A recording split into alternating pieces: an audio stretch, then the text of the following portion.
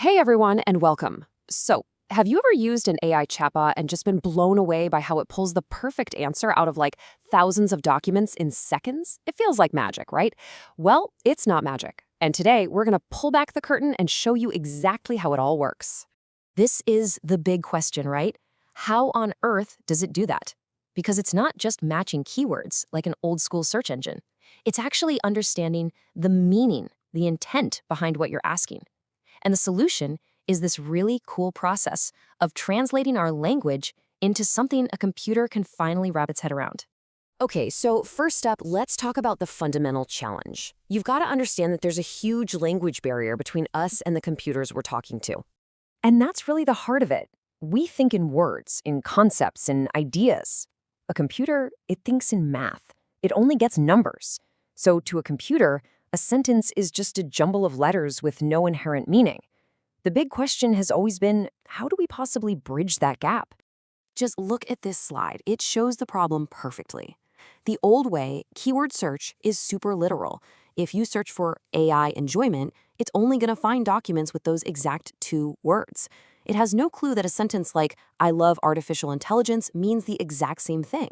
But the new way, the one we're diving into, it gets it. It understands the meaning, not just the words on the page. So how do we make that leap from just words to actual meaning?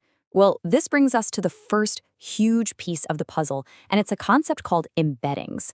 You can think of these as the secret translator that lets computers finally understand us. So what is an embedding? Basically, it's a way to turn any piece of text, a word, a sentence, even a whole document, into a big list of numbers. We call this list a vector. But it's not just a random string of digits. It's more like a carefully crafted numerical fingerprint that captures the true essence and meaning of the text. Yeah, just like this. That simple little phrase, I love AI, gets transformed into this long array of numbers. Now, this vector isn't just a code. It's a specific coordinate, a point in a massive, multi-dimensional space. And this is a language computers can actually work with. And here is the absolute magic of it all. The crucial point is that pieces of text with similar meanings will have very, very similar vectors. Think of it like a giant map of meaning. Words like happy and joyful would be clustered close together. So the vectors for I love AI and I enjoy artificial intelligence are going to be practically neighbors on this map. That's the key. Okay, so now we have this amazing way to turn all of our text into meaningful numbers. But what do you do when you have millions or even billions of these number fingerprints? Where do you put them, and how do you search through them? That brings us to our second clue, the vector database. A vector database is a special kind of library. It's not like a regular database that just looks for exact matches. Nope, this one is custom built for one job and one job only, storing all these vectors and finding the closest matches at lightning speed. It's optimized for what we call similarity search. And if you want a really simple way to think about it, this is it. It's like a Google search, but for meaning. Instead of matching words, it's finding the concepts and ideas that are closest to what you're asking about. It's a game changer. And this isn't just some futuristic theory. This is happening right now. Companies like Pinecone, FAS, and Weaviate are the real deal engines behind so many AI tools we use every single day. This technology is very real and very powerful.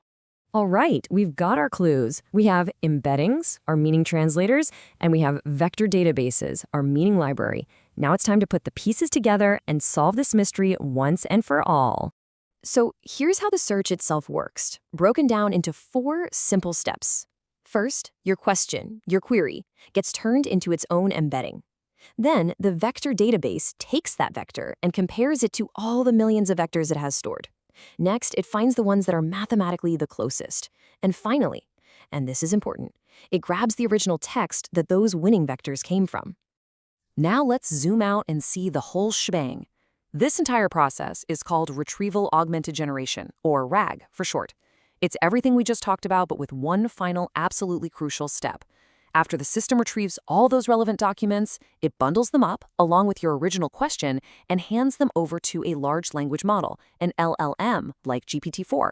It then tells the LLM, hey, use only this information to answer the user's question. And that's how you get a perfect, accurate, context-aware answer.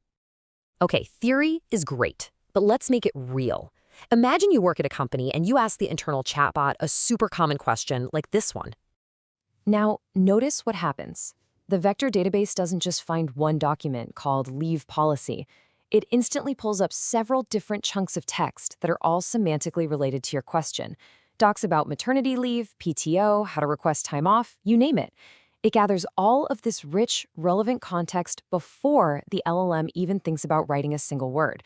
That's the secret sauce, finding all the right information first. So, as we start to wrap this up, let's just take a step back and think about why this is such a huge deal. This isn't just a slightly better search bar. This is a fundamental shift in how computers can work with human knowledge.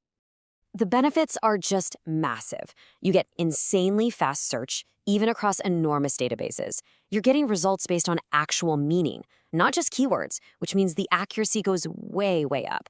And this whole system is built to scale, so it can handle pretty much any amount of information you throw at it. And that's the big takeaway right there. The secret to these amazing AI chatbots isn't that they magically know everything. The secret is that they have an incredibly powerful system for first finding the most relevant, context-rich information using embeddings and vector databases, and then using that information to give you a smart answer. It's like finding the exact right page in the textbook before you even start to read. So I'll leave you with this to think about. For so long, we've been stuck with the limitations of keyword search. But now, with AI that can truly navigate the complex world of human meaning, what does that unlock? What new problems can we solve that were just impossible before? The future here is incredibly exciting. Thanks so much for joining me.